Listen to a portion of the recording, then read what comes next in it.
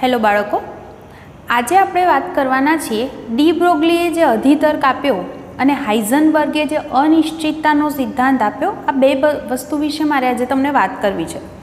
પહેલું તો એ શું છે, પહેલાં ડી બ્રોગલી વિશે સમજાવું, એણે જે અધિતર્ક આપ્યો એ સમજાવું, એના પહેલાં યાદ કરાવું કે તમે અત્યાર સુધી જે ચેપ્ટર ભણ્યા, જેમ કે ઓપ્ટિક્સની અંદર ભણો છો, ત્યારે એમાં પ્રકાશનું કયા સ્વરૂપ વિશે વાત કરો છો? તરંગ સ્વરૂપ વિશે. ત્યાં આગળ તમે વ્યતિકરણ, વિવર્તન, પરાવર્તન આવી જે ઘટનાઓનો અભ્યાસ કર્યો, તો એ દરમિયાન તમે પ્રકાશને તરંગ સ્વરૂપે લીધો છે, બરાબર? એટલે કે પહેલું તો આપણે એવું કહી શકીએ કે પ્રકાશ છે એ પ્રકાશ માટે આપણે એવું કહીએ છીએ કે એ કઈ કઈ ઘટનાઓમાં તરંગ તરીકે વર્તે છે. તો એના ઉદાહરણ તરીકે લઈ શકીએ વ્યતિકરણ, વિવર્તન અને વક્રીભવન. આવી બધી જે ઘટનાઓ છે એ ઘટનાઓ દરમિયાન એ પોતે તરંગ તરીકે વર્તે છે એવું આપણે ભણી ગયા. એવી જ રીતે આપણે ફોટોઇલેક્ટ્રિક અસર અને કોમ્પટન અસરની પણ વાત કરી, અને તમે જોયું કે એ અસરની જ્યારે વાત કરીએ છીએ ત્યારે આપણે પ્રકાશને ફોટોન, ઉર્જાનો જે જથ્થો જે કહીએ છીએ, ક્વોન્ટા, જેને ઉર્જા hν આપણે દર્શાવી, અને એ ઉર્જાથી બનેલો છે એવું કીધું. એટલે કે ત્યાં આગળ પ્રકાશ છે એનું આપણે કણ સ્વરૂપ, કણ એટલે કે ફોટોન તરીકે આપણે એને લીધો છે. કઈ કઈ અસરની અંદર? તો એક તો હતી ફોટોઇલેક્ટ્રિક અસર, બીજી હતી કોમ્પટન અસર. યાદ હશે તમને કોમ્પટન અસરમાં કે પેલા એક્સરે છે અને ઇલેક્ટ્રોન બંનેનું જ્યારે અથડામણ થાય ત્યારે એનું વિવર્તન થાય છે. આવી જે છે એ ઘટનાની આપણે ત્યાં આગળ વાત કરી ચૂક્યા છીએ. કે જ્યારે ઇલેક્ટ્રોન છે એની સાથે આવું એક્સરે અથડાય છે ત્યારે એનું પ્રકીર્ણન થાય છે, આવું આપણે ભણી ગયા. તો આવી જે અસર છે એ અસરની અંદર આપણે પ્રકાશને કણ તરીકે લઈએ છીએ. તો આનો અર્થ એવો થયો કે પ્રકાશ જે છે એ પ્રકાશ બે પ્રકારના સ્વભાવ ધરાવે છે. બે પ્રકારના સ્વભાવ એટલે એને દ્વૈત સ્વભાવ કહેવાય, ડ્યુઅલ નેચર. કે અમુક સંજોગોમાં એ તરંગ તરીકે વર્તે છે, તો અમુક સંજોગોમાં એ કણ તરીકે વર્તે છે. આવા બે પ્રકારના સ્વભાવ પ્રકાશ ધરાવે છે. તો હવે ડી બ્રોગલી નામના વૈજ્ઞાનિક આવ્યા, એમણે એમ કીધું કે કુદરત જે છે એ કુદરત સમમિતિ ધરાવે છે. સમમિતિ એટલે દરેક વસ્તુ સાથે કંઈક સમાનતા ધરાવે છે. કે જુઓ, પ્રકાશ છે એ તરંગ છે તો એ પોતે કણ તરીકે વર્તી શકે. તો એવી જ રીતે એણે કીધું કે શું કણ છે એ પણ પોતે તરંગ તરીકે વર્તી શકે? આ પ્રકાશ એટલે વિદ્યુત ચુંબકીય તરંગ કહેવાય. તો તરંગ છે એ અમુક સંજોગોમાં કણ તરીકે વર્તે છે. તો જો કુદરત સમમિતિ ધરાવતી હોય તો એનો અર્થ કે આ પણ આની સાથે રિલેટેડ થવું જોઈએ. એટલે કે કણ પણ પોતે અમુક સંજોગોમાં તરંગ તરીકે વર્તતો હોવો જોઈએ. તો આવી જે બાબત ડી બ્રોગલીએ રજૂ કરી, એને ડી બ્રોગલી જે છે એનો અધિતર્ક તરીકે ઓળખવામાં આવે છે. કે કુદરત સમમિતિ ધરાવે છે, તો જે રીતે તરંગ છે એ અમુક સંજોગોમાં કણ તરીકે વર્તી શકે છે, તો એ જ રીતે દ્રવ્ય એટલે કણની વાત કરીએ આપણે, તો એ પણ પોતે તરંગ તરીકે વર્તી શકે. તો આ જે બાબત છે એને ડી બ્રોગલીના અધિતર્ક તરીકે ઓળખવામાં આવે છે. એટલે ડી બ્રોગલીએ એવું કીધું કે તમારી પાસે કોઈ કણ છે, એ કણનું જો હું દળ m કહું અને એનો વેગ v હોય, તો એનો અર્થ કે એનું જે વેગમાન છે એ વેગમાન p જેટલું હશે. તો દળ અને વેગ જાણતા હોય તો તમે ગુણાકાર કરો તો તમને એ કણનું વેગમાન તમને મળી શકે. તો આવો જો કણ છે કણ પણ પોતે તરંગ તરીકે વર્તતો હોય, તો એની જે તરંગ લંબાઈ છે એને ડી બ્રોગલી તરંગ લંબાઈ તરીકે ઓળખવામાં આવે છે. તો એ તરંગ લંબાઈ લેમ્ડા બરાબર h/p થી વ્યાખ્યાયિત કરવામાં આવે છે. એટલે આ સૂત્ર આપણે ક્યારે ઉપયોગ કરીએ છીએ કે કોની તરંગ લંબાઈ શોધવા? કણ છે પણ તરંગ તરીકે વર્તે છે, તો એની તરંગ લંબાઈ તમે આ સૂત્રથી રજૂ કરી શકો. આ સૂત્ર ડી બ્રોગલી નામના વૈજ્ઞાનિકે આપ્યું, અને આને લેમ્ડાને ડી બ્રોગલી તરંગ લંબાઈ તરીકે ઓળખવામાં આવે છે. h તો તમે જાણો છો, પ્લાન્ક અચળાંક 6.625 × 10⁻34 J/s, આટલી એની કિંમત છે. અને p છે એ વેગમાન છે. તો આપણે કણનું દળ અને વેગ જાણતા હોઈએ, તો એનો અર્થ કે એનું વેગમાન જાણતા હોય તો એની ડી બ્રોગલી તરંગ લંબાઈ આપણે શોધી શકીએ. એટલે કે આ સૂત્રને હું h/mv પણ લખી શકું. તો આ સૂત્રનો ઉપયોગ કોના માટે આપણે કરી શકીએ કે જ્યારે કણ તરંગ તરીકે વર્તતો હોય તો એની તરંગ લંબાઈ શોધી શકાય. હવે જુઓ, હું આવું લખું છું તો તમને એક વિચાર આવી શકે. શું વિચાર આવી શકે કે આપણે પણ પોતાનું દળ જાણતા હોઈએ અને આપણે ધારો કે દોડીએ છીએ તો આપણો વેગ પણ આપણને ખબર છે. તો જો દળ અને વેગ ખબર હોય તો આપણી પણ તરંગ લંબાઈ શોધી શકાય આ સૂત્ર મુજબ. તો સાચું, તરંગ લંબાઈ શોધી શકો તો એનો અર્થ એવો થયો કે તમે કહેશો કે શું આપણે પણ તરંગ છીએ? હા, વાત સાચી. પણ એ વસ્તુ જે છે આપણે તરંગ તરીકે વર્તીએ છીએ, પણ તરંગ લંબાઈની વેલ્યુ તમે ગણતરી કરો. ધારો કે હું એચની વેલ્યુ મૂકું 6.625 × 10⁻34. તમારું જે દળ છે એ 60 કિલોગ્રામ લઉં અને તમે 3 મીટર પર સેકન્ડના વેગથી દોડો છો ધારો કે, તો આની તમે ગણતરી કરશો તો તમારો જવાબ જે આવશે એમાં 10ની કેવી ઘાત આવી શકે? -32 કે આવી કંઈક ઘાત આવશે, હે ને? ગણતરીને આધારે તમે ચેક કરી શકો. તો 10ની આટલી ઘાતને કારણે લેમ્બડાની કિંમત ખૂબ જ નાની કહેવાય. એટલે કે તમારી તરંગ લંબાઈ ખૂબ જ નાની થઈ શકે, અને એટલા માટે આપણે એને અલગ પાડી અને ચેક કરી શકતા નથી. એટલે ભલે તમે પોતે દોડો છો, તમારો કંઈક વેગ છે, તમારું દળ પણ તમે જાણો છો, તો તમે પણ પોતે એક તરંગ જ છો. એટલે તમે તરંગ તરીકે વર્તી રહ્યા છો અને તમારી તરંગ લંબાઈ આપણે શોધી તો શકીએ જ, છતાં પણ એ આપણે તરંગ સ્વરૂપે છીએ એ વસ્તુ આપણે કેમ એનું કારણ આપણે કેમ રિયલાઇઝ નથી કરી શકતા? એનું કારણ જ એ છે કે આપણે શું કહીએ છીએ કે આ ગણતરી દર્શાવે છે કે લેમ્બડા ખૂબ જ નાનો છે, અને તરંગ લંબાઈ ખૂબ જ નાની હોય તો આપણે એને ઝડપથી ઓળખી શકીએ નહીં. એટલા માટે એની સાપેક્ષે સપોઝ હું ઇલેક્ટ્રોન જેવા કણની વાત કરું તો તમે જુઓ, અહીંયા આગળ હું ઇલેક્ટ્રોન છે તો એનું ઇલેક્ટ્રોનનું દળ મૂકું તો એ શું છે? 9.1 × 10⁻31 કિલોગ્રામ. અને એનો જે વેગ છે એ વેગ ધારો કે કંઈક લઈ લઈએ 6 મીટર પર સેકન્ડ, કંઈ પણ તમે કોઈક વેલ્યુ લઈ લો. તો તમે જોશો કે અહીંયા આગળ મળતી 10ની ઘાત છે એ આપણા કિસ્સામાં જે લેમ્બડા શોધ્યો હતો એની કમ્પેરમાં આ લેમ્બડા ઘણો મોટો છે. તો એનો અર્થ તો એવો થાય કે અહીંયા આગળ આપણે જે છે ઇલેક્ટ્રોન જેવા સૂક્ષ્મ કણ હોય તો એની તરંગ લંબાઈ નક્કી કરી શકીએ. તો આનો મતલબ એવો થયો કે આપણે આ સૂત્રનો ઉપયોગ ખાસ કરીને કોના માટે કરી શકીએ? તો જે સૂક્ષ્મ કણો છે અને એ કણ કેવો હોવો જોઈએ? ગતિ કરતો હોય તો એ પોતે તરંગ સ્વભાવ ધરાવે છે એમ કહી શકાય. અને એવા માટે એની તરંગ લંબાઈ નક્કી કરવી હોય તો તમે આ સૂત્રથી શોધી શકો છો. અને આ જે સૂત્ર છે એ સૂત્ર શું કહેવાય? તો એને દ બ્રોગલી તરંગ લંબાઈ તરીકે ઓળખવામાં આવે છે. અને જે તરંગ બને, કોઈ કણ છે એ તરંગ તરીકે વર્તે છે તો એને રજૂ કરતું જે તરંગ છે એને આપણે દ્રવ્ય તરંગ કહી શકીએ, કારણ કે દ્રવ્ય સાથે સંકળાયેલું તરંગ છે. એટલા માટે કોઈ કણને જ્યારે આપણે તરંગ તરીકે રજૂ કરીએ છીએ ત્યારે એ તરંગને કયા નામે ઓળખી શકાય? દ્રવ્ય તરંગ તરીકે આપણે એને ઓળખી શકીએ. તો આ જે બાબત હતી એ દ બ્રોગલીએ રજૂ કરી. હું એકવાર હજી કહું કે જેવી રીતે પ્રકાશ છે એ વિદ્યુત ચુંબકીય તરંગ છે, તો અમુક ઘટના સમજવામાં આપણે એના તરંગ સ્વરૂપની વાત કરીએ છીએ, તો અમુક ઘટનાઓ સમજતી વખતે આપણે એનું કણ સ્વરૂપ લઈને સમજીએ છીએ. તો ડી બ્રોગલીએ એવું કીધું કે જેવી રીતે કુદરત છે એ સમમિતિ ધરાવે છે, તો જેવી રીતે પોતે તરંગ છે એ કણ તરીકે વર્તી શકે, તો શું કણ પણ તરંગ તરીકે વર્તી શકે?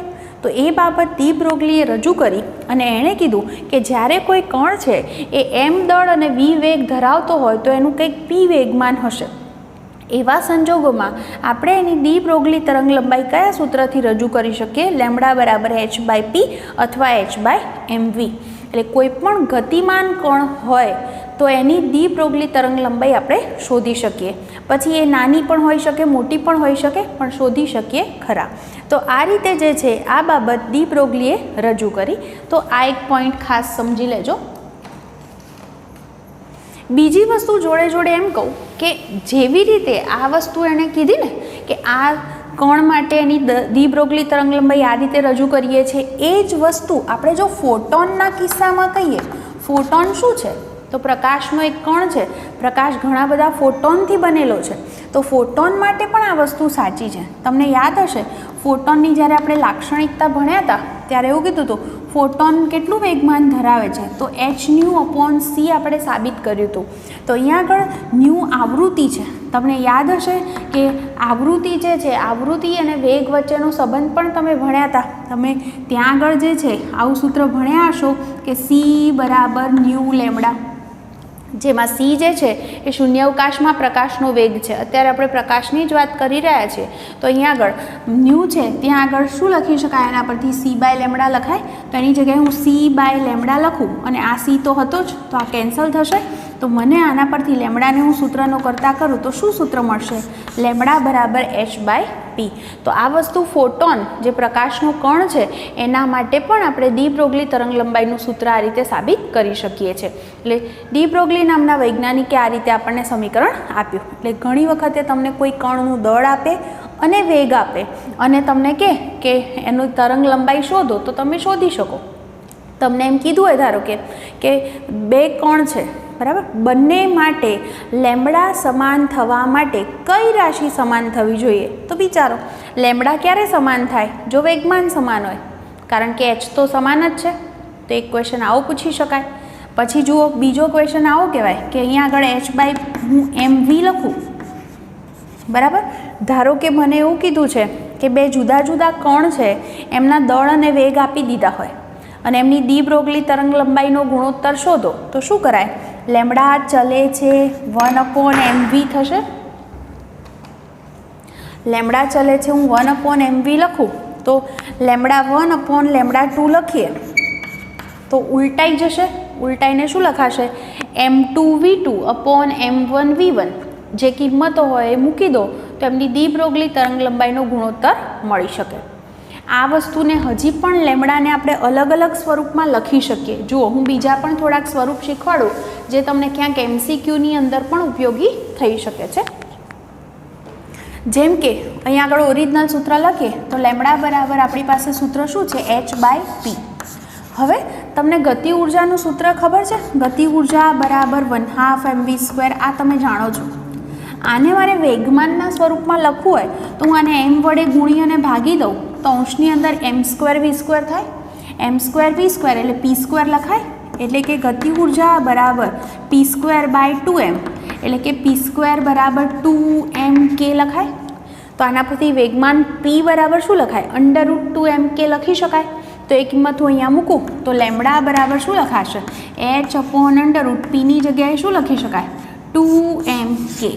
એટલે જો કોઈ કણ છે એનું આપણે દળ જાણતા હોય, એની ગતિ ઉર્જા જાણતા હોય, તો પણ એની ડી બ્રોગલી તરંગલંબાઈ નક્કી કરી શકાય. તો આ પણ એક સૂત્ર યાદ રાખજો. મેં વેગમાનની જગ્યાએ શું લઈ લીધા? √2mk. તો આ એક સૂત્ર પણ લખી શકાય. બીજું હજી એકાદ, એટલે કોઈક વખત ગતિ ઉર્જાની માહિતી આપી હોય એટલે આના પરથી જો કોઈ કણની જ વાત કરી હોય તો ગતિ ઉર્જા બદલાય, એમ લેમડા કઈ રીતે બદલાય? તો સૂત્રમાંથી કોઈ એક જ કણ માટે વાત કરું તો એનું દળ અચળ કહેવાય. તો લેમડા ચલે છે 1/√k લખાય. ગતિ ઉર્જા 3 ગણી થાય તો લેમડા કેટલો થાય? તો લખાય ને, લેમડા ચલે છે 1/√k. 3 ગણો થઈ ગતિ ઉર્જા તો લેમડા કેવો થાય? 1/√3 ગણો. આવું આપણે સીધું કહી શકીએ, બરાબર. બીજી વાત કરું કે દાખલા તરીકે તમને આવું કંઈક યાદ હશે કે હું કોઈ કણ છે, અહીંયા 0 સ્થિતિમાન છે, અહીંયા v સ્થિતિમાન છે, અને કોઈ વીજભારિત કણ હોય એને હું અહીંયાથી અહીંયા મોકલું તો v જેટલા સ્થિતિમાનના તફાવત હેઠળ એને આપણે પ્રવેગિત કરીએ, એટલે કે ગતિ કરતો હોય તો એની ગતિ ઉર્જામાં ફેરફાર થાય. અને ગતિ ઉર્જામાં થતો ફેરફાર કેટલો હોય? E × v જેટલો. v એટલે સ્થિતિમાનનો તફાવત, E એટલે એનો વિદ્યુતભાર. E લખો અથવા Q પણ લખી શકો છો. જો ઇલેક્ટ્રોન હોય તો વિદ્યુતભાર E લેવો, એવી રીતે. તો આનો અર્થ એવો થયો કે ગતિ ઉર્જા બરાબર શું લખી શકાય? Q × v લખી શકાય. તો અહીંયા આગળ હું ગતિ ઉર્જાની જગ્યાએ qv લખી દઉં તો આ લેમડા બરાબર શું સૂત્ર થઈ જશે? h/√2mqv. તો આ સૂત્રનો ઉપયોગ આપણે ક્યારે કરી શકીએ? જ્યારે બે છેડા વચ્ચે સ્થિતિમાનનો તફાવત આપ્યો હોય તો આપણે આ સૂત્ર લઈ શકીએ. તમને એવો પ્રશ્ન આપે, એક પ્રોટોન છે અને એક આલ્ફા કણ છે, બરાબર, બેને સમાન પોટેન્શિયલ ડિફરન્સ હેઠળથી પસાર કરો છો એટલે v સરખો થયો, તો એમનો લેમડાનો ગુણોત્તર શોધો. આવું કે તો શું થાય? Lambda of proton upon lambda of alpha. તો જુઓ, h અચળ, 2 અચળ, v સમાન કીધો તો એનો અર્થ લેમડા ચલે છે શું આવશે? 1/√mq. એટલે આવું લખાય, 1 છે એટલે માસ of alpha, q of alpha અંશમાં જાય અને માસ ઓફ પ્રોટોન ને q ઓફ પ્રોટોન છેદમાં આવશે. તમને હું એક વસ્તુ કહી દઉં, આલ્ફા છે એ હિલિયમનું ન્યુક્લિયસ છે, એટલે આલ્ફાને 2He4થી દર્શાવાય અને પ્રોટોન એટલે હાઇડ્રોજન 1H1થી દર્શાવાય. આ કિંમત હોય ને એ હંમેશા પ્રોટોનની સંખ્યા બતાવે, એટલે વીજભાર, અને માથા પર છે એ દળાંક, દળનો સંબંધ દર્શાવે. તો એવું ના કહે કે પ્રોટોન કરતાં આલ્ફાનું દળ ડબલ છે, સોરી પ્રોટોન કરતાં આલ્ફાનો વીજભાર ડબલ છે અને દળ કેવું છે 4 ગણું. આ વસ્તુને અહીંયા ઉપયોગ કરું ને તો આવું થાય, અંડરરૂટ માસ ઓફ આલ્ફા કેવું કીધું મેં 4 ટાઈમ માસ ઓફ પ્રોટોન, અને વીજભાર કેવો છે આના કરતાં ડબલ, તો શું લખાય ક્યુ ઓફ આલ્ફા શું લખાય 2 ટાઈમ ક્યુ ઓફ પ્રોટોન.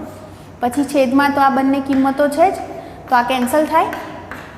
શું વધ્યું √8, √8 એટલે 2√2. તો બંનેની તરંગ લંબાઈનો ગુણોત્તર શું મળે 2√2:1, બરાબર. તો આ રીતે જે છે તમે ક્વેશ્ચન તમને કઈ રીતે પૂછ્યો છે એ રીતે તમે સૂત્રનો ઉપયોગ કરી શકો. તો મેં તમને ડી બ્રોગલી તરંગ લંબાઈના આટલા સૂત્ર કીધા, લેમ્બડા બરાબર h/p અથવા h/mv. વેગમાનને તમે √2mk લખી શકો, એટલે જ્યારે ઉર્જા સાથે સંકળાયેલી વાત હોય તો લેમ્બડાનું આ સૂત્ર ઉપયોગ કરશો. બીજું એ જ રીતે ગતિ ઉર્જા બરાબર qv, એટલે વીજભારિત કણ માટે જ વાત છે તો જ એનો વીજભાર હશે. તો ગતિ ઉર્જાની જગ્યાએ આપણે qv લખી શકીએ. તો એવા કિસ્સામાં લેમ્બડાનું સૂત્ર આપણને આ મળે. તો આપણને શું કીધું છે એ પ્રમાણે આપણે સૂત્ર પસંદ કરવાનું રહેશે, બરાબર. તો આના પરથી આટલી બાબતો ખાસ ધ્યાનમાં રાખજો. તો આ વાત હતી ડી બ્રોગલીના અધિતર્ક વિશે. હવે હું એનાથી આગળ વાત કરું હાઇઝનબર્ગનો અનિશ્ચિતતાનો સિદ્ધાંત.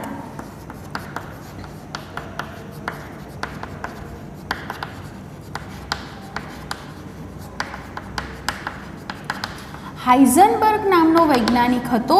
એણે પોતે જે રજૂઆત કરી એણે એમ કીધું કે કોઈ કણ હોય જ્યારે એ તરંગ તરીકે વર્તે છે તો એવું કહેવાય કે તમે એક સમયે કાં તો એનું સ્થાન નક્કી કરો અથવા તો એનું વેગમાન નક્કી કરો. બંનેમાંથી એક સમયે એક જ રાશિ નિશ્ચિત કરી શકાય. કાં તો તમે કણનું સ્થાન નિશ્ચિત કરી શકો અથવા તો બીજું વેગમાન નિશ્ચિત કરી શકો. આ બેમાંથી એક સમયે એક જ વસ્તુ નિશ્ચિત કરી શકાય.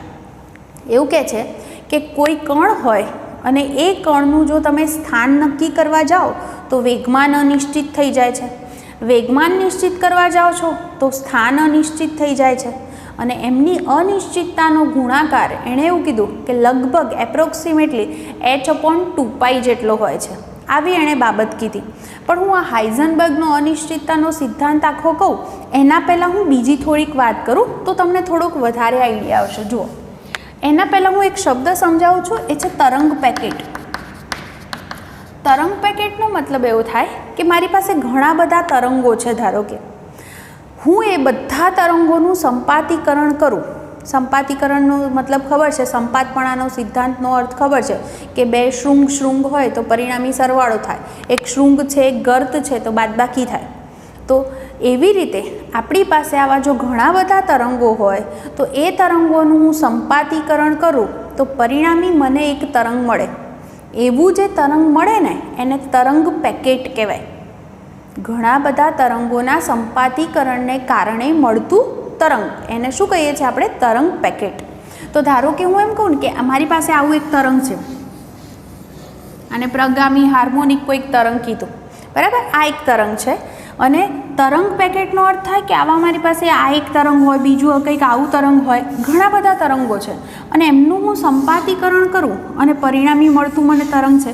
પરિણામી તરંગ છે એ કંઈક મને આવું મળ્યું, તો આ જે મળ્યું ને એને તરંગ પેકેટ કહેવાય. હવે બંનેમાં શું ડિફરન્સ છે એ ખાસ જોજો. આની અંદર તરંગની તરંગ લંબાઈ જુઓ. તરંગ લંબાઈ એટલે યાદ હશે શૃંગ અને ગર્ત વચ્ચેનું અંતર, સાવ સિમ્પલ બોલું તો તરંગ લંબાઈ અચળ છે. અહીંયા જેટલો લેમ્બડા છે એટલો જ અહીંયા છે, એટલો જ અહીંયા છે. તો એનો અર્થ એવો થયો કે લેમ્બડા અહીંયા અચળ છે. જો લેમ્બડા અચળ હોય તો આપણે હમણાં જ ડી બ્રોગલી તરંગ લંબાઈનું સૂત્ર લખ્યું, લેમ્બડા બરાબર h/p, એટલે કે વેગમાન p બરાબર h/લેમ્બડા છે. જો લેમ્બડા અચળ એટલે બદલાતો નથી, તો h તો ઓલરેડી અચળ છે તો વેગમાન પણ અચળ હશે. એટલે કે આ જે છે આની અંદર આવા તરંગમાં વેગમાન જે છે એ અચળ મતલબ કે નિશ્ચિત આપણને ખબર પડી શકે કે કેટલું વેગમાન છે એ આપણે શોધી શકીએ કારણ કે લેમ્ડા જાણીએ છીએ. પણ આ તરંગ છે એ -ઇન્ફિનિટીવથી +ઇન્ફિનિટીવની વચ્ચે વિસ્તરેલું છે. એનો અર્થ એવો થાય કે આ તરંગ જે છે આમાં કણ ક્યાં છે એ આપણે કહી શકતા નથી. કણનું સ્થાન આમાં ક્યાં હોઈ શકે? કોઈ કણને રજૂ કરતું આ તરંગ છે તો આની અંદર તમારો કણ ક્યાં હશે એ આપણે નક્કી કરી શકતા નથી. એનો અર્થ એવો થયો કે વેગમાન નિશ્ચિત છે પણ સ્થાન આની અંદર કેવું છે? અનિશ્ચિત. આપણને ખબર નથી પડતી કે આમાં કણ ક્યાં હોઈ શકે. એની સામે જો હું તરંગ પેકેટ લઉં ને, આવું તરંગ પેકેટ, તો એની અંદર જુઓ એવું બોલાય કે લેમ્ડા છે એ નક્કી નથી. જુઓ વધઘટ બધું થઈ રાખે છે તો લેમ્ડા અનિશ્ચિત છે. તો એનો અર્થ કે લેમ્ડા જો બદલાતો હોય તો વેગમાન પણ બદલાશે. એટલે વેગમાન અહીંયા અનિશ્ચિત છે એવું બોલાય, નક્કી નથી. હવે સ્થાનની વાત કરું તો એવું બોલાય કે જ્યાં આગળ સ્થાનાંતર મહત્તમ હોય ત્યાં કણ હોવાની સંભાવના સૌથી વધારે છે. મતલબ કે ત્યાં કણ હોઈ શકે. તો તમે આકૃતિની અંદર જુઓ કે અહીંયા આગળ તમને સ્થાન વધારે ઊંચે દેખાય છે, આ સ્થાન. તો એનો અર્થ કે કણ અહીંયા આગળ ક્યાંક હોઈ શકે. એટલે એક્ઝેક્ટ અહીંયા જ છે એવું તો નહીં જ કહી શકીએ આપણે, બરાબર, પણ કણ ત્યાં ક્યાંક હોઈ શકે. એટલે કે આપણે અહીંયા આગળ કણનું જે સ્થાન છે એ લગભગ નિશ્ચિત કરી શક્યા. તો હવે જુઓ તમે આ બે વસ્તુને સરખાવો તો ખબર પડે કે જ્યારે આપણે જો આમાં લેમ્ડા અચળ રાખ્યો તો વેગમાન નિશ્ચિત બની ગયું. વેગમાન નિશ્ચિત કરવા ગયા તો કણનું સ્થાન અનિશ્ચિત થઈ જાય છે. આમાં શું થાય છે?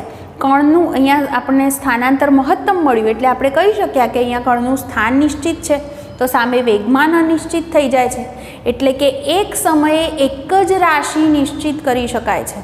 જો હું સ્થાન નિશ્ચિત કરવા જાઉં છું તો વેગમાન અનિશ્ચિત થઈ જાય છે. વેગમાન નિશ્ચિત કરવા જાઉં છું તો સ્થાન અનિશ્ચિત થઈ જાય છે. અને હાઇઝનબર્ગનો અનિશ્ચિતતાનો સિદ્ધાંત કહે છે કે હાઇઝનબર્ગના કહેવા મુજબ એક સમયે એક જ રાશિ નિશ્ચિત કરી શકાય. જ્યારે કણ તરંગ તરીકે વર્તે છે ત્યારે. તો આપણે બંને વસ્તુ સાથે નિશ્ચિત કરી શકતા નથી. એટલે એને હાઇઝનબર્ગનો અનિશ્ચિતતાનો સિદ્ધાંત કીધો અને એને આવી રીતે રજૂ કરાય છે કે જો કણના સ્થાનની અનિશ્ચિતતા Δx હોય અને વેગમાનમાં રહેલી અનિશ્ચિતતા Δp હોય તો આનો જે ગુણાકાર છે એ ગુણાકાર એટલે Δx × Δp એ લગભગ કહી શકાય h/2π જેટલો હોય છે. h/2π છે ને એને h કટ પણ લખાય છે. આને છે ને આવી રીતે પણ દર્શાવાય છે h કટ. એટલે h કટ લખ્યું હોય તો સમજી લેવું h/2π. ખરેખર તમને કેમેસ્ટ્રીમાં જોશો ને તો ત્યાં h/4π છે. ખરેખર એક્ઝેક્ટ જો આપણે વધારે સાચી કિંમત ગણીએ તો h/4π જેટલી છે, પણ ફિઝિક્સની અંદર આપણે h/2π લઈને એને ગણતા હોઈએ છીએ. એટલે કે આ અનિશ્ચિતતા એવું બોલાય ગ્રેટર ધન ઓર ઇક્વલ ટુ આટલી હોય અથવા એનાથી વધારે પણ હોઈ શકે, પણ એનું ઓછામાં ઓછું મૂલ્ય તો આટલું હોઈ શકે. કેટલું? h/2π. એટલે કે બંનેની અનિશ્ચિતતાનો ગુણાકાર કેટલો હોય? h/2π જેટલો હોય છે. આવી વાત હાઇઝનબર્ગે કીધી અને એને હાઇઝનબર્ગનો અનિશ્ચિતતાનો સિદ્ધાંત કહેવાય છે. તો આ મુજબ એવું થાય કે દાખલા તરીકે હું એમ કહું કે કણનું સ્થાન નિશ્ચિત છે. જુઓ સ્થાન નિશ્ચિત એનો અર્થ કે એમાં રહેલી અનિશ્ચિતતા 0 કહેવાય. સીધી વસ્તુ છે. હું તમને એમ પૂછું કે તમારા કેટલા માર્ક્સ આવશે 100માંથી, તમે મને એમ કહો કે 90, તો તમારો જવાબ નિશ્ચિત કહેવાય. એમાં કોઈ અનિશ્ચિતતા નથી. પણ તમે મને એમ કહો કે 50થી 100ની વચ્ચે આવે તો એ મોટો ગાળો જે થયો ને એ અનિશ્ચિતતા બતાવે છે તમારા જવાબમાં. એ તો આનો અર્થ એવો થાય કે કણનું સ્થાન નિશ્ચિત છે તો અનિશ્ચિતતા શું કહેવાય? 0. કોઈ એમાં અનિશ્ચિતતા નથી. તો જુઓ આમાં Δx જો 0 થાય તો આ સૂત્રમાં મૂકું તો Δpનું સૂત્ર શું થયું? h/2π Δx થયું. આમાં Δx 0 મૂકો તો Δp શું થઈ ગયો? ઇન્ફિનિટિવ થયો. એટલે એવું કહેવાય જો Δx → 0 હોય એટલે સ્થાન નિશ્ચિત હોય તો વેગમાનમાં કેટલી અનિશ્ચિતતા છે? અનંત. એટલે વેગમાન નક્કી કરી શકાય નહીં. એનાથી ઉલટું કે જો વેગમાન હું નિશ્ચિત કહું, વેગમાન નિશ્ચિત એટલે કે એમાં અનિશ્ચિતતા નથી. તો ડેલ્ટા પી લગભગ 0 છે. ડેલ્ટા પી 0 કહો તો ડેલ્ટા પી અહીંયા લઈ જાઓ તો ડેલ્ટા એક્સ મળે ને. તો ડેલ્ટા એક્સ કેવો મળશે? Tense two infinitive. એટલે હાઇઝનબર્ગની જે વાત છે આની અંદર આવી ગઈ. સ્થાન નિશ્ચિત તો વેગમાન અનિશ્ચિત, વેગમાન નિશ્ચિત તો સ્થાન અનિશ્ચિત. અને હાઇઝનબર્ગનો અનિશ્ચિતતાનો સિદ્ધાંત કહેવાય છે. એટલે આની મદદથી આપણે આ સૂત્રનો ઉપયોગ કરી અને આગળ પછી દાખલા પણ ગણીશું. બરાબર? તો આ રીતે આ નિયમ પણ સમજી લેજો અને બરાબર ધ્યાનથી એને વાંચી લેજો.